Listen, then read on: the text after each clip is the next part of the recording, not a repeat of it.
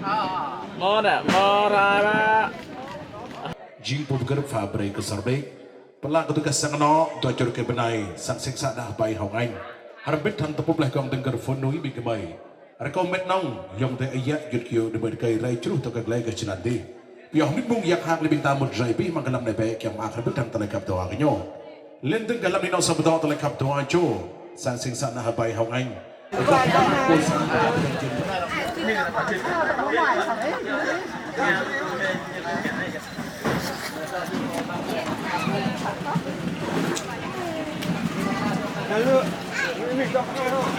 Ayam teh bintang Allah nyo, yo ayam biar bintang dok kah ngiau kejel telekap benda kah harus biak deh. Lenteng lay yo ayam biar bintang dok kah nuak kejel telekap kah harus lek nan. Lau bintang tertepin mang tebang kamlang krun be mang krum tebang yo awen mulai ya biar bedah ayam biar. Kian pela berkesang nak harus betok tua jo dan jo mau biar. Tok cum jak yo pi pak kedua bintang. Tuh harap betau, rekau mereka kedua bintang tu dalam tersebatan.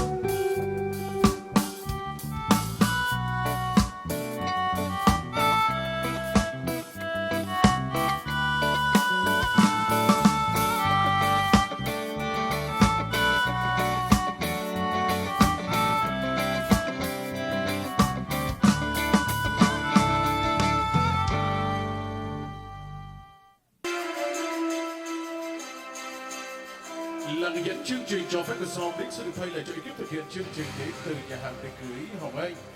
Thay lời cho hai bên gia đình cô dâu chú rể cặp vui hân tâm Rachel Samuel xin được kính gửi tới toàn thể quý vị cùng quan viên hai họ lời cảm ơn chân thành, lời chúc sức khỏe và lời chào mừng trân trọng nhất. Trong lúc này ngay bây giờ, cả Sonic không để quý vị phải nóng lòng khi lâu hơn nữa. Chúng ta hãy cùng lắng động trong giây lát, dành những ánh nhìn thân thương hướng về cổng hoa chính của tình yêu. Xin mời một cặp đôi bên đường trai tài gái sắc với khuôn mặt mới nhất trong trang phục lộng lẫy nhất. Đó chính là đôi tân lan và tân gia nhân, chú rể Rachel Samuel, cô dâu của Bùi Hân Tâm. Tay trong tay vai kề vai dìu nhau trở về một sân khấu để giúp mặt toàn thể quý vị đã và đang hiện diện trong buổi tiệc hôm nay. Xin được trân trọng kính mời. Và để rước cô dâu trở về với sân khấu, ngay bây giờ chúng ta sẽ thưởng thức một ca khúc được mang tên gọi Nguyện ước cho tình yêu qua phần trình bày của nữ ca sĩ Hân Thu.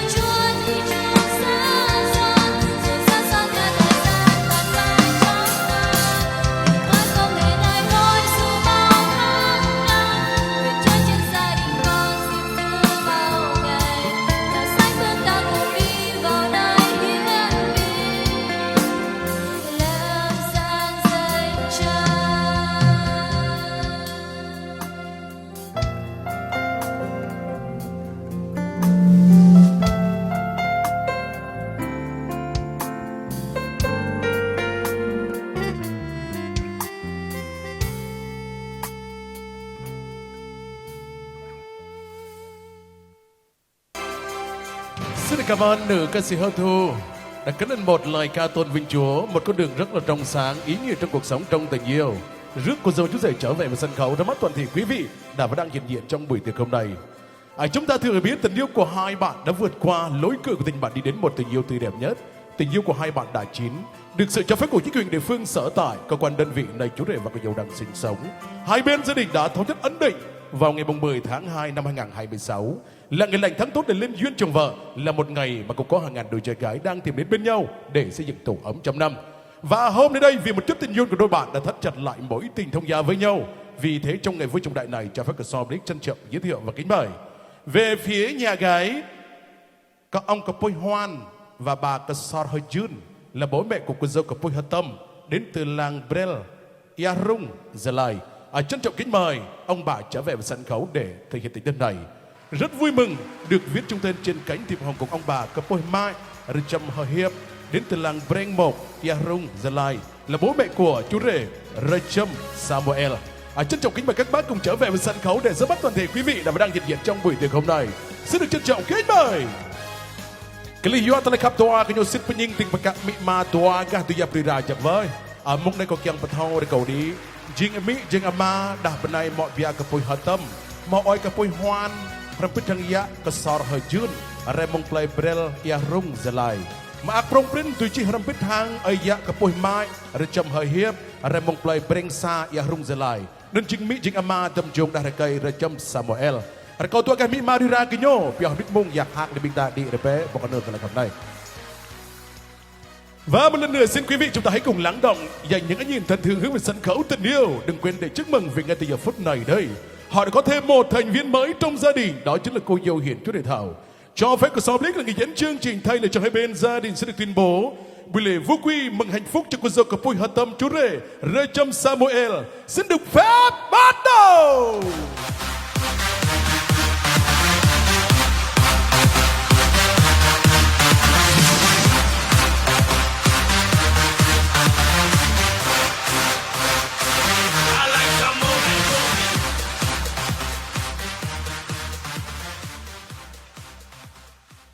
Sit biama api bang gedung joy mang telah hitip nak nuih bingta cemrok desar bingta sang no bingta brok mai mak mo beng kelih yuanun bian nai nang ai brok ngak mang sang no lola biama dada sang no na pujuruk bedai dada sang no na jai fon kafe tu ia kafe dom brok ngak dan bingta piah lahi porong nit mung maak rai truh penai dan jing nam ak prong prin rup hangkul pah metau ke jam prong prin yang betang di sang prong hiam fa bre telekap tu akanyo kelihatan mung naik yang benih kerim jo bingta jing popular sang ano gah benai mo bia manyo hang penjoy hiuk mak benih yong tei bingta rakau ka ai plung lao ka hiap ka benih ka ai dai benih ka pi bang kanang joy tua kala kayut kayau hak mak rengwen bit ka sang nok kuma jing ka na pa kuma jing ka beteng sang nok prau mang rana benih ka bingki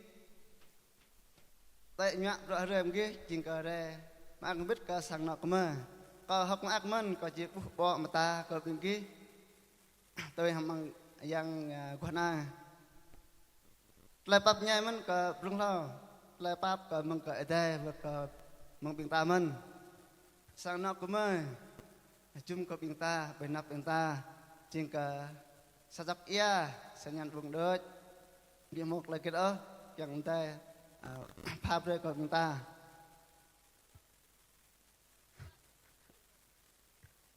nên đừng còn như thế mình rem cho của chúng ta mình giờ ta mang ra này chính cả sang nọ của mình học ma cái ta còn như thế chẳng có ở đây ta chúng ta chính giờ để nàng dạ mình vật cả chúc chúng ta có năng pha của chúng ta chính cả bị mò kịt đó có khả năng chẳng cả thân Rubah 26 na chẳng ta từ mạo bra từ ham tê chân là sopral từ mạo bra đi kia đi benap teng thân Rubah 26 na có ni ở đây ni rang ta hang bab nyap tom nom tabia adam ama dah benai mereka pi bang jong tei bingta keli yunan fung wang bingta nomor bit opa mereka ai sawat hang telai pah tengan prong pren bingta thau kran le jing mi jing ama moto telai tenap ta blen teng maak prong prin tui boh anak ba tom thun hang telai khap mau sa ma nan akeli yunan hronai bit mung nai bi thau bit o telai khap ha eng prong prin re mong mi re mong ma kiang perdah telai khap nen rekau ketua jor ke benai tui mak be ia telai khap nen jing ya mi kiang maak bredi kami bredi kama bang re hoa tua kecok tal blum rekau ketua jor ke benai tui bredi kami ma sa ano gah dah benai lâu mung nay tu rekau dah kai nya yak hak lai nau kha chang tama dah kai nei lên từng hang telai pupu tua ji kham nya be tua gah dengan dah mui bremi dah kai bre ama mi ma to ma be lên từng sang nọ bintah rompit lang na popo chup pin koi film kamera yang mak rup hiam panal rompit hang ami ma mang hoi bang hoa tui popom tabi bang kerjoi kecok nen mi ma nya bay tengan hawai tua chor ke penai tui mak tua chok ya mi pleng deng popo bedi ke mi ma sang no dah kai deng kelihua telai kap tua chor ke penai ta jing sa vai mung nai kru penap ke tua ke nyom moto lo telai gleh glet mak sang no bingta kam ba fa nau rai Kiang sit penying ting pekat mi ma doa kah tiap rira jak wa kau dah kai nyo tok lai penoso. Lenter kau ka rira ke nyo bing tayak do penap sahak. Harampit pakla bo nau rai do je jam nau rai putut jam nau rai. Kali hiwa tala kap tua jor ke benai. Totang ko yap mong sa kro paklau. Now, chuẩn bị sẵn sàng bắt đầu. 3, 2, go. Xin chúc mừng. Ada kau bing tay nyum pe yami nan. Ai nyum mak nyum yami ha. Nyum jeng bing ta mak tengan teng ha. Rui benai mak tengan benai, rui dah kai mak tengan nau rai. Tuh pala ko bi vang met nong yom te ya ơi mới mi marira do kya. Hem jejan pro mak dikiyar duk no bang di berno bang sakano. Na jimpo cho jimvar pelar jap jangan ni. Among na bimo kita tara ko kami marira kinyo. Harampit chun na puge bing ta di teben ya papan bay yo di thang. Ar kau rira kinyo.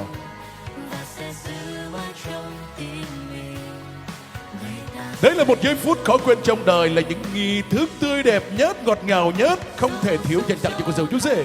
Vì thế tất cả quý vị chúng ta hãy cùng lắng động, dành những ánh nhìn thân thương hướng về sân khấu để dõi theo. Xin mời cô dâu chú rể trở về và góc trái của sân khấu cùng nhau thực hiện nghi thức cắt bánh cưới trong ngày cưới. Cảm tạ ơn Chúa mang em đến bên cuộc đời anh.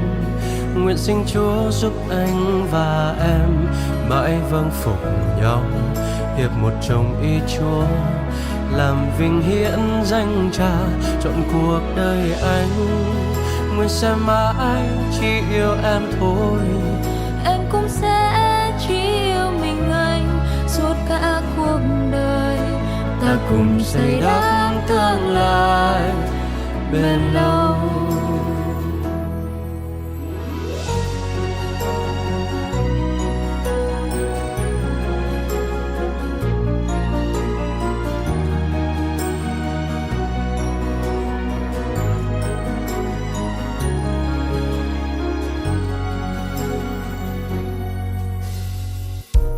Giờ đây giây phút thiêng liêng, chúng ta cùng nhau kết ước trước ngôi thánh đường. Làm sao nói hết yêu thương, tận sâu trong tim con biết ơn Ngài Chúa ơi. Tình yêu Thiên Chúa ban cho, anh nguyện gìn giữ bền lâu. Cùng em đắp xây nên tình yêu mãi mãi. Cảm tạ ơn Chúa mang anh đến bên cuộc đời em. Nguyện xin Chúa giúp em và anh Còn gia mong xa của phút nào dùng từ hiệp một chồng ý Chúa, làm vinh hiển danh Cha trong cuộc đời em. Nguyện sẽ mãi chỉ yêu anh thôi, Anh cũng sẽ chỉ yêu mình em suốt cả cuộc đời. Ta cùng xây đắp tương lai bền lâu. Từng ngày từng giờ quan tâm dìu dắt, hằng ngày cầu nguyện sẽ chia biết bao vui buồn. Tình yêu ấy sẽ mãi bền lâu.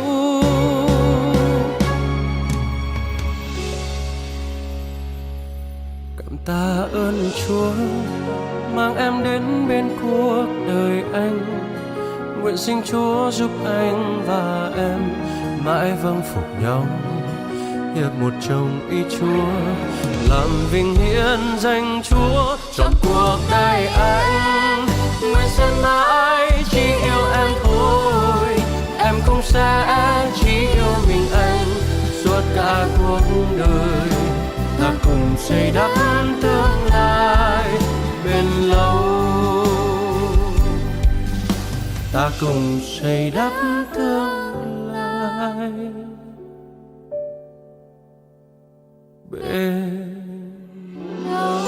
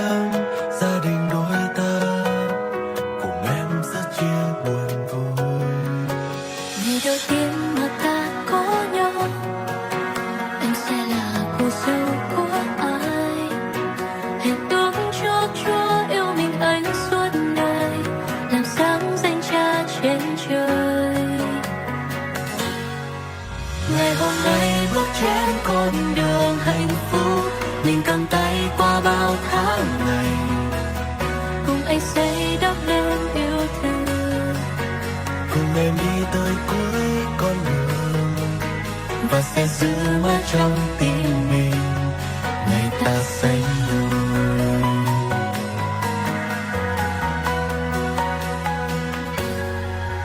Điều anh luôn thầm mơ mỗi đêm, phút giây làm người trong yêu em, một mái ấm gia đình đôi ta, cùng em rất chia buồn vui. Ngày đầu tiên mà ta có nhau, em sẽ là cô dâu của anh. Hẹn ước trước Chúa yêu mình anh suốt đời, làm sáng danh cha trên trời. Ngày hôm nay bước trên con đường hạnh phúc, mình cầm tay qua bao tháng ngày, cùng anh xây đắp nên yêu thương, cùng em đi tới cuối con đường, và sẽ giữ mãi trong tim mình ngày ta sánh đôi. Dẫu sóng gió hay là âu lo, thì vẫn có Giêsu Chúa luôn đi cùng, vượt mọi phong ba chẳng thể nào chia xa. Ngày hôm nay bước trên con đường hạnh phúc, ngày hôm nay bước trên con đường hạnh phúc, mình cầm tay qua bao tháng ngày, cùng anh xây đắp nên yêu thương, cùng em đi tới cuối con đường, và sẽ giữ mãi trong tim mình ngày ta sánh đôi.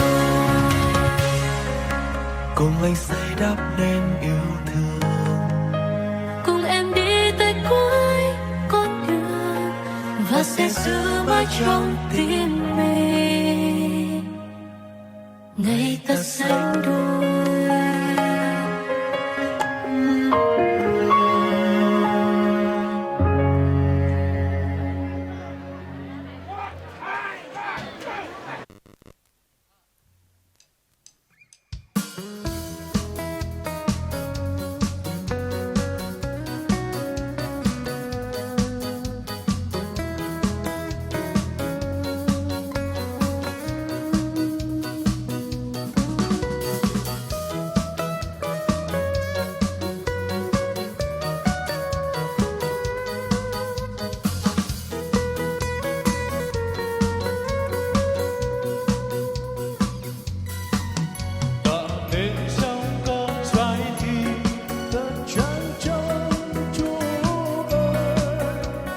Tâm linh con cũng xin được Ngài đổi mới luôn,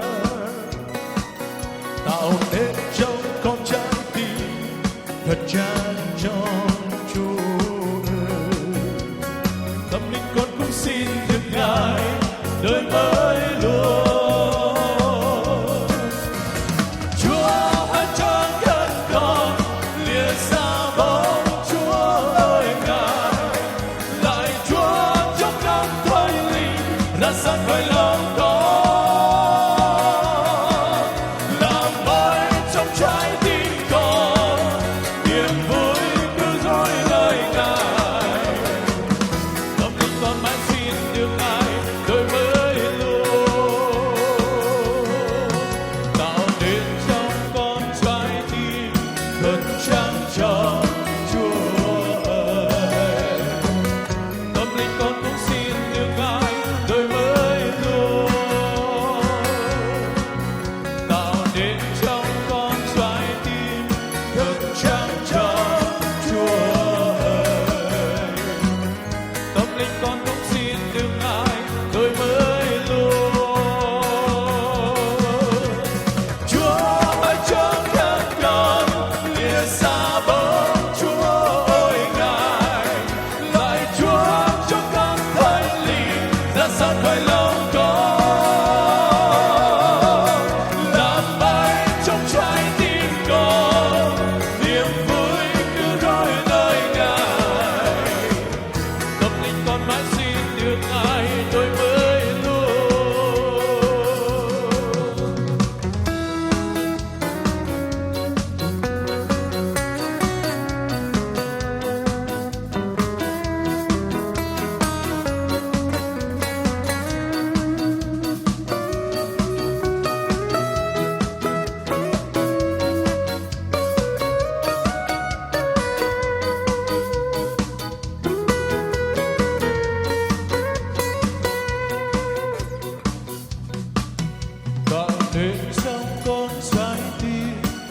trắng cho Chúa ơi.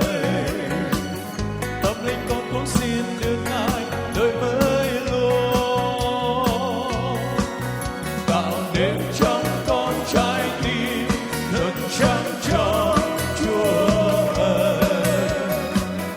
Tâm linh con cũng xin được Ngài đời mới luôn. Chúa hãy cho các con lìa xa bóng Chúa ơi Ngài, lại Chúa cho các phải linh ra xa khỏi lòng con, làm mãi trong trái tim con niềm vui cứ nói lời Ngài. Tâm linh con mãi xin được Ngài đời mới luôn. Chúa hãy cho các con lìa xa bóng Chúa ơi Ngài, lại Chúa cho các phải linh ra xa khỏi lòng con, làm mãi trong trái tim con niềm vui cứ nói lời Ngài. Tâm linh con mãi xin được Ngài đời mới luôn.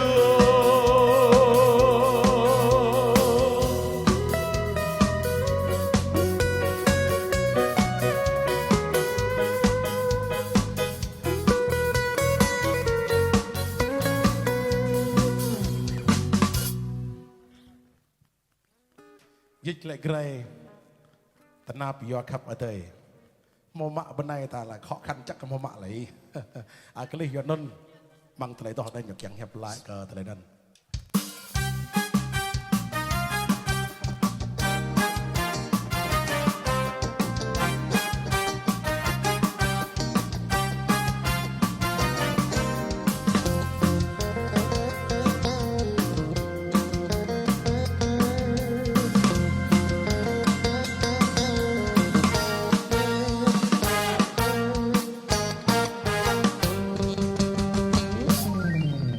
Tình có lúc khiến ta buồn chán, muốn khoanh tay quay mặt trăng mà rồi đến những nét nhang cơn trăng nhắc cho ta một thời yêu ta đang như nữ vân huyền bí cùng nhạc sáng kia ngự trì là ta đau biết hơn chi mặt đời chê đã tình cô gì ôi tình yêu dòng tình cơn mê yêu làm chi dưỡng thêm mê chê yêu người nên khó thân cho ta với yêu bà già chấp lần yêu chẳng cho ta vui đến nào nghe trái tim ngậm ngùi ôi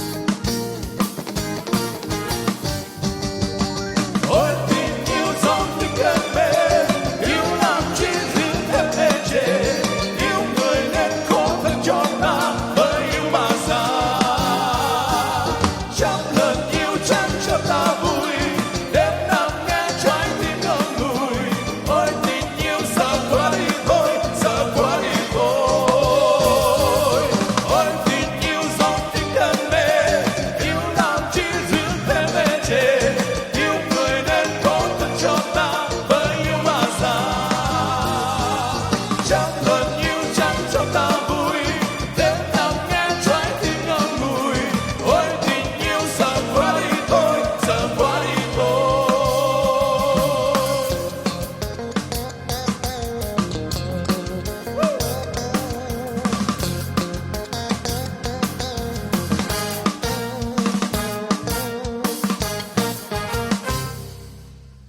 Cho nên tập một bài con từng gần bị kiếm mày to lại tôi am rồi lại to tầm lông như vậy là ban nhạc của chúng tôi đã cất lên với hai ca khúc thể lệ muốn nói gửi tặng tất cả quý vị dành tặng cho ngày cưới của cô dâu chú rể. Còn bây giờ chúng ta sẽ chào đón lời ca tiếng hát của Ama luôn đến từ Play Chút 2. Xin mời.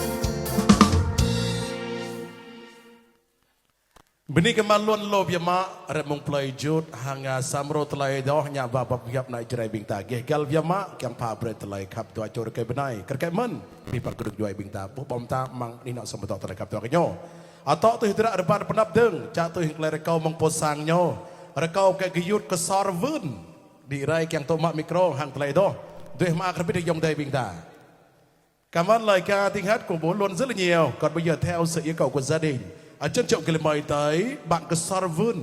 Xin mời bạn trở vào sân khấu.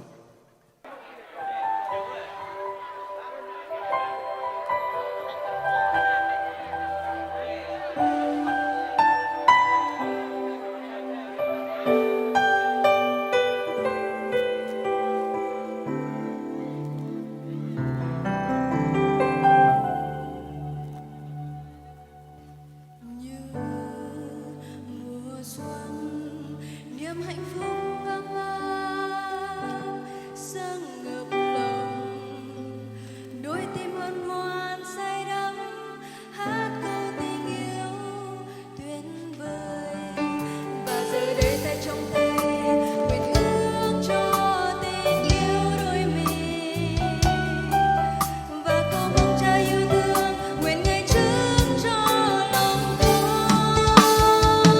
này người yêu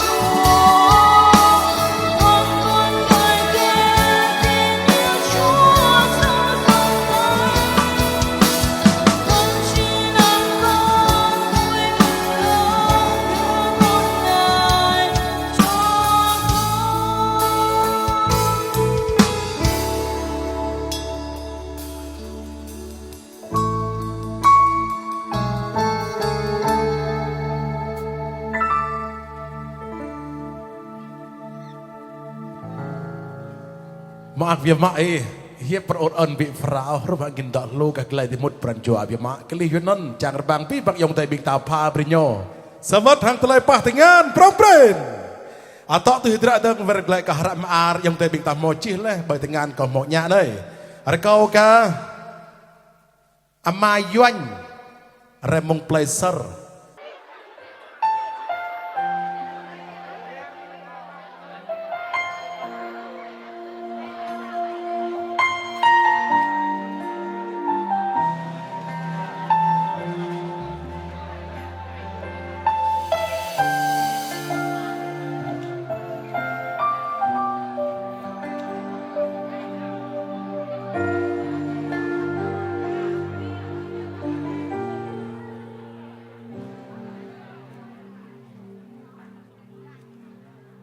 tìm kiếm trong đời niềm hạnh phúc an vui nào dễ đâu mà vì tình yêu người xa mà trần gian nào tìm thấy đâu. Ngày là Giêsu là Chúa nhân từ, ngày đã đến trong đêm lạnh giá, ngày đêm anh sáng xóa tan màn đêm, tình yêu thương ấy đổi thay đời tôi, sống hy vọng trong đời. Tình yêu Chúa soi sáng tôi, nâng bước tôi ngày đêm, xóa hết những buồn đau, buồn phiền âu lo. Bóng tôi vây quay dẫu cho dòng tố cuốn vây, dù cho bao đau thương tan biến hết bao hy vọng, và dù cho nước mắt chắc ngừng rơi, lòng này con tin có Chúa sẽ lau dịu mọi đau thương ấy. Con cần Cha.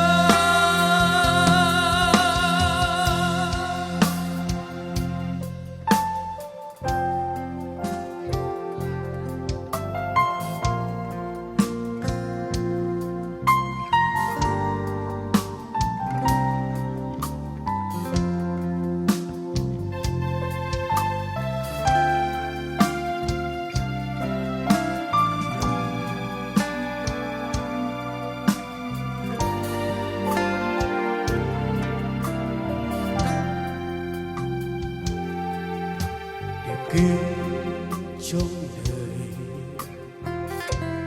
niềm hạnh phúc an vui nào dễ đâu bằng một tình yêu người xa mà trần gian nào tìm thấy đâu.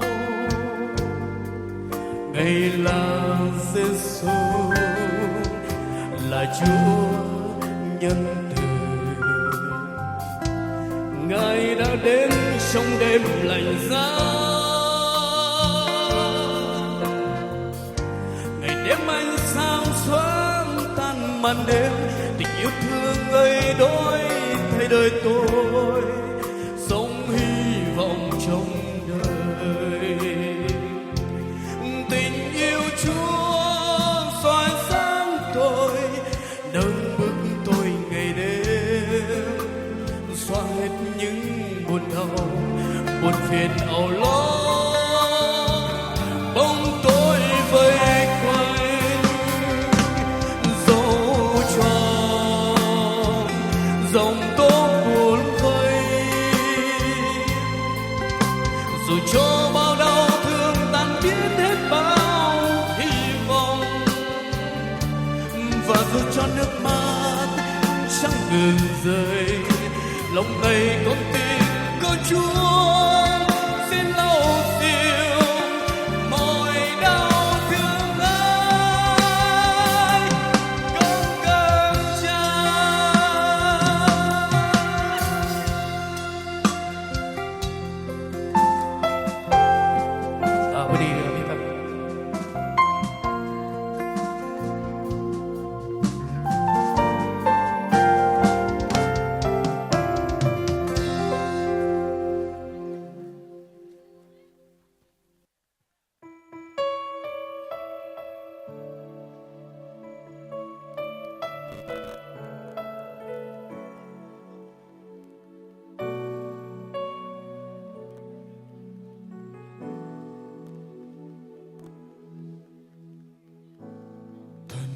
cha chiếu soi lòng, tình yêu ôi sáng nồng ấm, ngời che chở suốt đường đời và người khiến an vui thành thơi. Cuộc đời con thoáng lòng nơi cha, tình yêu chân lý soi sáng, tràn ngập nơi tâm hồn con, ngời che chở suốt đường đời và ngày khiến an vui thành thơi. Cuộc đời con thoáng lòng nơi cha, ngày quay con nơi chốn ấy, thờ phượng cha vui thoa bơi, dù gặp gian lao khó nguy, lốt người ca Chúa quyền uy. Ngày quay con nơi chốn ấy, thờ phượng cha vui thoa bơi, dù gặp gian lao khó nguy, con nguyện mãi ca ngợi ngài.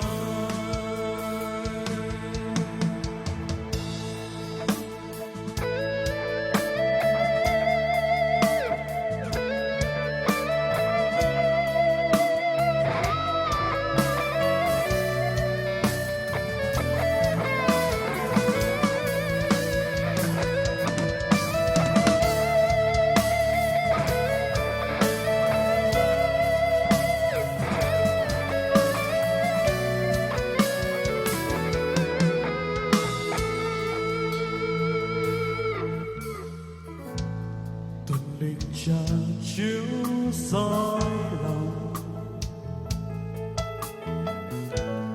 tình yêu ôi sáng nồng ấm,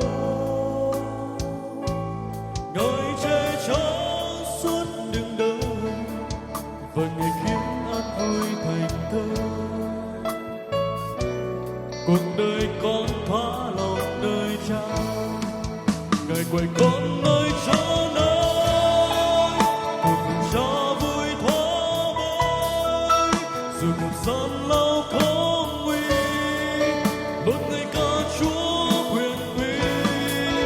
Ngày quay con nơi chốn ấy, thờ phượng cha vui thoa bơi, dù gặp gian lao khó nguy, con nguyện mãi ca ngợi ngài. Trọn đời quyết bước với Chúa chính Ngài đường đi, quyết sống với Chúa chính Ngài nguồn sống, đời tới chốn đó con nguyện chúc con. Trọn đời quyết bước với Chúa chính Ngài đường đi, quyết sống với Chúa chính là nguồn sống, đời tới chốn đó lòng người khen cha. Ngài nguyện con nơi chốn ấy, thờ phượng cha vui thoa bơi, dù gặp gian lao khó nguy, lốt người ca Chúa quyền uy. Ngài quay con nơi chốn ấy, thờ phượng cha vui thoa bơi, dù gặp gian lao khó nguy, con nguyện mãi ca ngợi ngài. Dù gặp gian lao khó nguy, con nguyện mãi ca ngợi